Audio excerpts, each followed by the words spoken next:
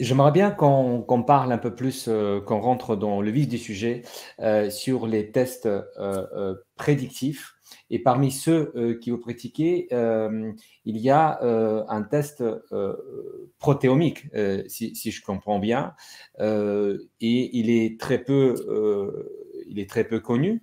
Hem, si si je comprends bien, il est peu connu. Est-ce que vous pourriez, expliquer, qu'est-ce que c'est que ces tests, protéomiques et quelle est sa place, dans le dispositif, 4P ou plus précisément dans le dispositif, P, comme prédictif? Oui. Alors, euh, nous avons parlé à l'instant de tests biologiques qu'on connaît tous. Ouais. Ces tests biologiques ont l'avantage d'être spécifiques.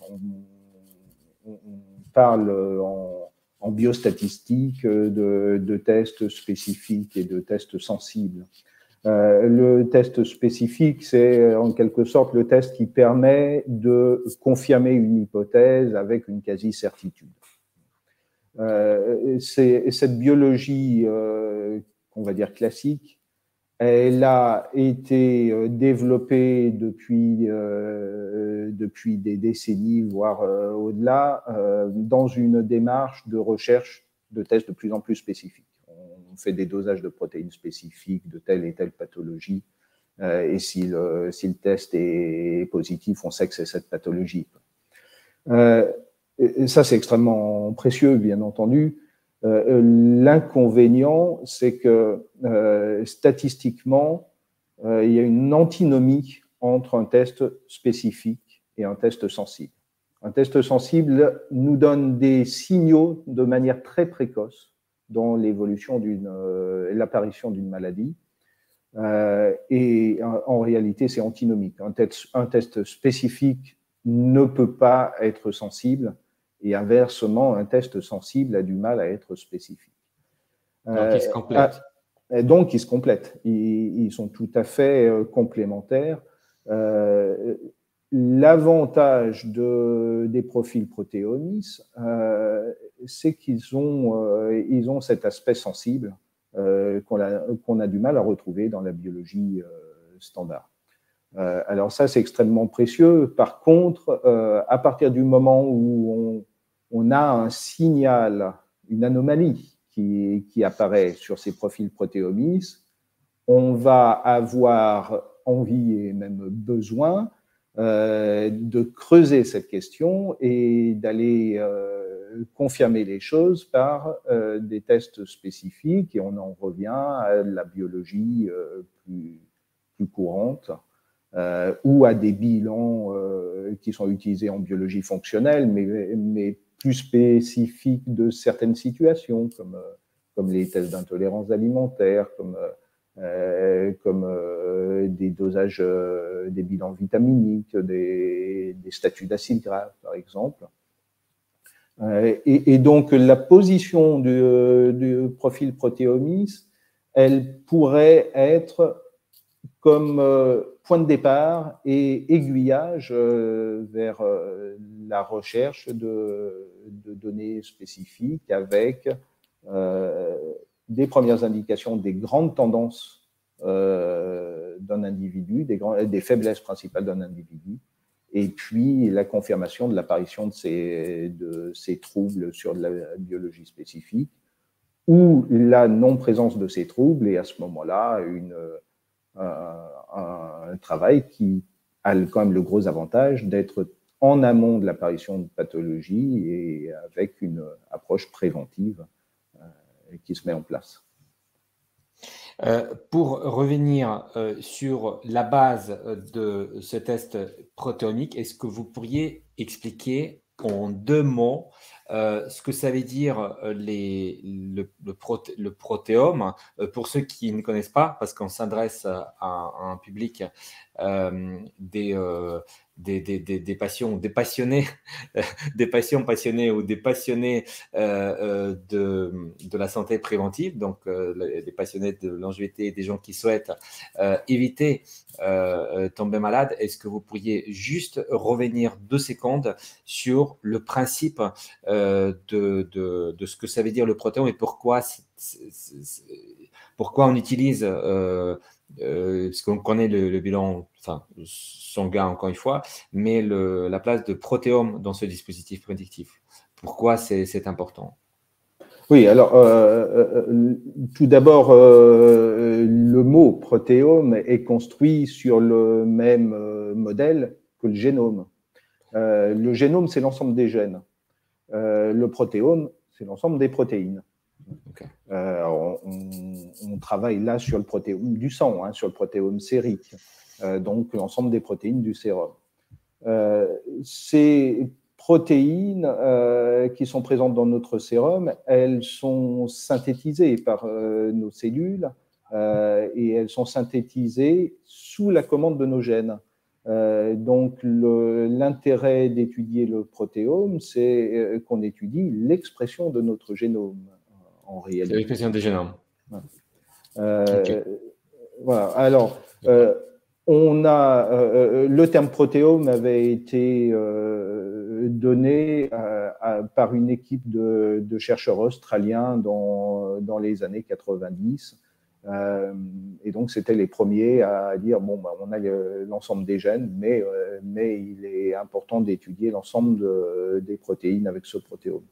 La difficulté, c'est que nous avons 30 000 gènes environ. Et ces 30 000 gènes codent, c'est-à-dire qu'ils donnent l'impulsion, ils donnent l'ordre de fabriquer des kyriades de protéines, plusieurs centaines de milliers de protéines, voire plusieurs millions de protéines différentes. Et donc, on comprend bien qu'on ne va pas pouvoir faire un dosage individuel de chacune de ces protéines de notre sang. C'est techniquement impossible et économiquement également irréalisable. Donc, il faut trouver une astuce, en quelque sorte, pour étudier ce protéome dans son ensemble sans vouloir faire des tests spécifiques de chacune des protéines. Alors, c'est la technique qui a été utilisée par Proteomics. C'est là où ils sont quand même très originaux et très spécifiques. En réalité, le protéome est souvent utilisé pour personnaliser la thérapeutique, mais dans le monde hospitalier, c'est beaucoup dans des contextes de pathologies données, notamment de pathologies cancéreuses, et on a un certain nombre de marqueurs protéiques, peut-être une dizaine de protéines différentes, qui vont permettre de voir quelle est l'efficacité et quelle peut être la tolérance d'un traitement donné. Je pense surtout à la chimiothérapie, mais ça reste dans un contexte bien donné, avec quelques protéines qui sont utilisées et un profil, mais portant sur une dizaine de protéines différentes. Nous, c'est pas ce qu'on fait. On essaye d'étudier la globalité des réactions individuelles. Et pour faire ça, en fait, on a sélectionné un certain nombre de tests qui sont des tests de mise en évidence indirecte, non pas d'une protéine donnée, mais de groupes de protéines. Et cette technique se fait par des réactifs qui font réagir ces groupes de protéines dans des zones de pH différents. Et, sans rentrer dans des détails techniques qui vont être un petit peu trop barbants, c'est de la technique de solvatation, précipitation de protéines. Et donc, avec une soixantaine de tests qui ont été sélectionnés, on arrive à couvrir quasiment la gamme des pH des différentes protéines, et on peut établir comme ça un profil individualisé. L'intérêt de cette technique, c'est qu'elle est utilisable en routine. On peut le faire systématiquement, de manière assez simple, à un coût qui reste raisonnable, et avec une très très bonne sensibilité sur les indications, sur les déviations d'un certain nombre de tests biologiques. Ok. Dans ce cas-là, je vais juste compléter cette séquence sur la découverte de ces bilans protéomiques. Si je comprends bien, c'est une sorte de tout en un, c'est-à-dire c'est un test qui est prédictif, diagnostic, pronostic et le traitement en quelque sorte. Oui, alors il faut peut-être revenir à l'histoire, à la genèse de ces profils protéomiques, comment cette idée est née. Initialement, l'ancêtre, en quelque sorte, du profil protéomique avait été mis en place pour identifier l'activité de certains extraits de plantes sur des paramètres biologiques. Le but était de montrer que la prise suffisamment prolongée d'un extrait de plante donné permet de modifier la biologie de base d'un animal, et puis on retrouve les mêmes tendances chez l'humain. Et donc, au départ, on avait l'idée de constituer des grilles d'activité de ces tests, enfin de ces extraits de plantes à l'aide de ces tests. Et donc, partant de là, connaissant la grille d'activité de ces plantes sur des tests comme les globulines alpha 1, alpha 2, bêta, gamma, l'albumine, eh bien, on peut sélectionner un traitement, un extrait de plante pour un individu qui a besoin de corriger les tests donnés. Donc, on a